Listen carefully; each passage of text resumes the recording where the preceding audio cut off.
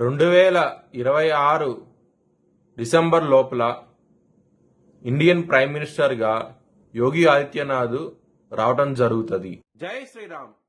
2022 నుంచి 2025 అక్టోబర్ వరకు మొత్తం 19 ప్రెడిక్షన్స్ అనేవి నేను చెప్పినట్టు జరిగినాయి.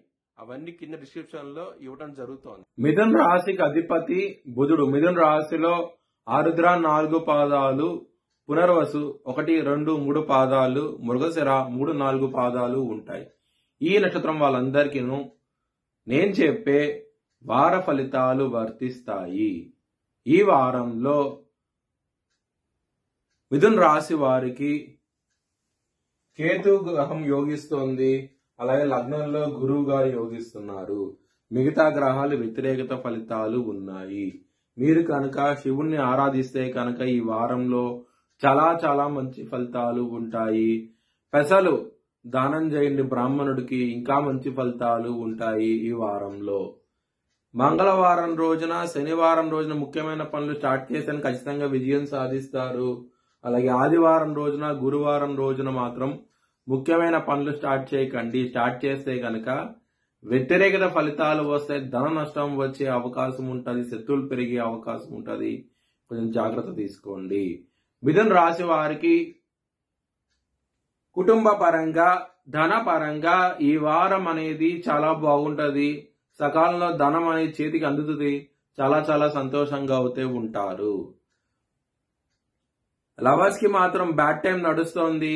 ఇక్కడ పంచమాధిపతి అయిన శుక్రుడు రుణరోగ శత్రుస్థానంలో ఉండటం మూలంగా ఇబ్బందులు అనేవి ఉంటాయి. కొంచెం జాగ్రత్త తీసుకోండి.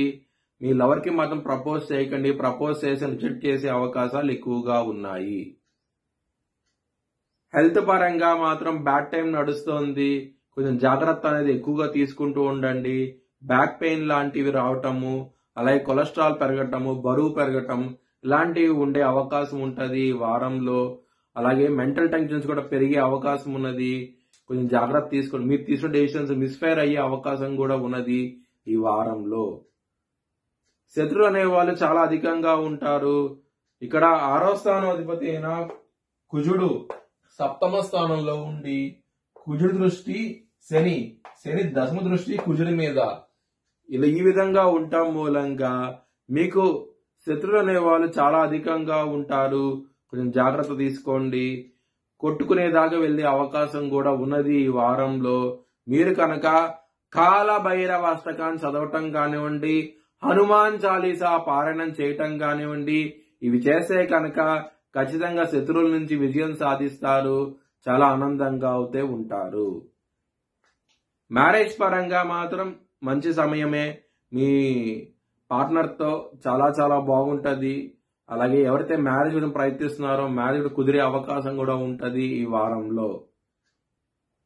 బిజినెస్ పరంగా పెట్టుబడి ఎక్కువ పెట్టండి. మంచి లాభాలు చూస్తారు ఈ వారం అనేది.